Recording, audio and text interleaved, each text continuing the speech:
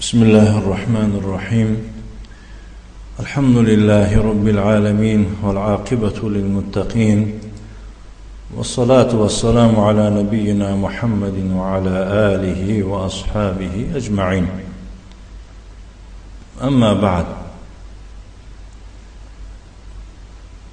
فنتابع درسنا من المبادئ المفيدة في التوحيد والفقه والعقيدة لفضيلة الشيخ العلامة المحدث أبي عبد الرحمن يحيى بن علي الحجوري حفظه الله تعالى. اینک ما درسوی خود را دوام میدهیم از کتاب المبادئ المفيدة في التوحيد والفقه والعقيدة، یعنی سرآغاز مفید آیید توحید و فقه و عقیده از آن شیخ علامه محدث ابو عبد الرحمن یحیی ابن علی حجوری، الله حق سبحانه و تعالی این کس را محافظت کند.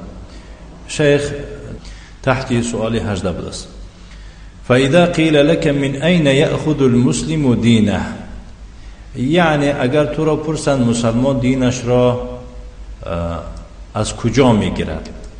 همین خلاص. اگر تو را پرسند مسلمان دین خود را از کجا میگیرد؟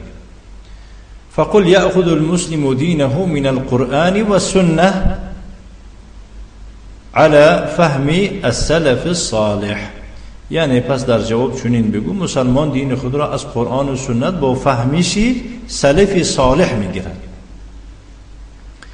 و دلیل قول الله تعالی، و دلیل سخن او تعالی است: اولم یکفیهم ان انزلنا علیک الکتاب یتلی علیهم، آیا برای آنها کافی نیست که همان ما کتاب را بر تو نازل کردیم که بر آنها تلاوت می شود؟ سوره عنکبوت آیه 51. و قوله تعالی، و سخن او تعالی است: فإن تنازعتم في شيء فردوه إلى الله والرسول إن كنتم تؤمنون بالله واليوم الآخر، و اگر در چیز اختلاف کردید آن را به الله و پیغمبر بازگردانید اگر به الله و روز قیامت ایمان دارید. سوره نساء آیه 59. و قوله تعالی، و سخن او تعالی است: اهدنا الصراط المستقیم صراط الذين انعمت عليهم غیر المغضوب عليهم ولا الضالین، ما را به راه راست هدایت کن، راه کسانی که آنها را نعمت داده، نه خشم گرفتگانی بر آنها و نه گمراهان. سوره فاتحه آیه 7. و قوله تعالی، و سخن او تعالی است: و من یشاقق الرسول من بعد ما تبین له الهدى و یتبع غیر سبیل المؤمنین نوله ما تولى و نصله جهنم و ساءت مصیرا. و کسی که پس از آن که هدایت برایش روشن شد با پیغمبر مخالفت کند و از راه جز راه مؤمنان پیروی کند، ما او را با آنچه پیروی کرده است واگذاریم و او را در جهنم درافکنیم و بعد جایگاه است. سوره نساء آیه 115. وانظر الحديث الذي بعد هذا، و حدیث رو که بعد این می آید بنگر. نعم نكتفي ونقرأ هكذا.